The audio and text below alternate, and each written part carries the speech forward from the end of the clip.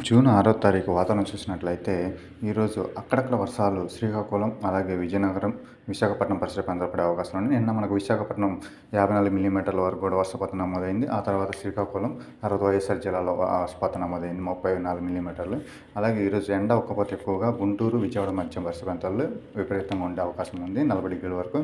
మిగిలిన ప్రదేశాలు అంటే మనం ఉదయగిరి కానీ, నెల్లూరు జిల్లా కానీ, తిరుపతి జిల్లా కానీ, ప్రకాశం జిల్లా కానీ ఉక్కపోత ఎక్కువ ఉండే అవకాశాలు కనిపిస్తున్నాయి. ఉరుములు మెరుపులతో సాయంత్రం సమయంలో ఈరోజు వర్షాలు పడే అవకాశం మనం చెప్పినట్టు విశాఖపట్నం, శ్రీకాకుళం పరిసర ప్రాంతాలు, కాకినాడ వరకు కూడా విస్తరించే అవకాశాలు అయితే సాయంత్రం సమయంలో మనకు కనిపిస్తుంది.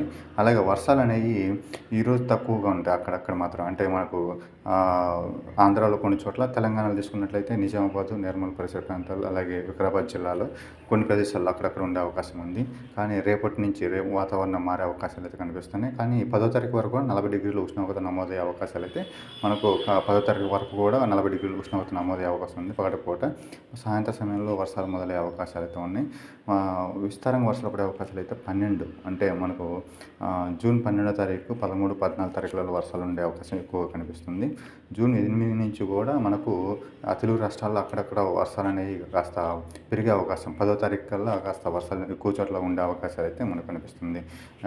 ఎండ ఉక్కపోత మాత్రం 10వ తారీఖు వరకు కొనసాగే అవకాశం ఉంది. 10వ తారీఖు తర్వాత మనకు వర్షాలు పెరగడం వల్ల ఉష్ణోగ్రతలు తగ్గుముఖం పట్టే అవకాశాలు అయితే ప్రస్తుత వాతావరణం కనిపిస్తుంది. అలాగే వాతావరణ విశేషాలు ఎప్పటికప్పుడు మన ఛానల్లో తెలియజేస్తాం. సబ్స్క్రైబ్ చేసుకొని లైక్ చేయండి, షేర్ చేయండి తప్పకుండా. మీరు లైక్ చేయడం వల్ల మరొకరికి మన వీడియో అనేది అందడం జరుగుతుంది. తప్పకుండా అప్డేట్ అనేది మంచిగా ఇంకా ఇవ్వడానికి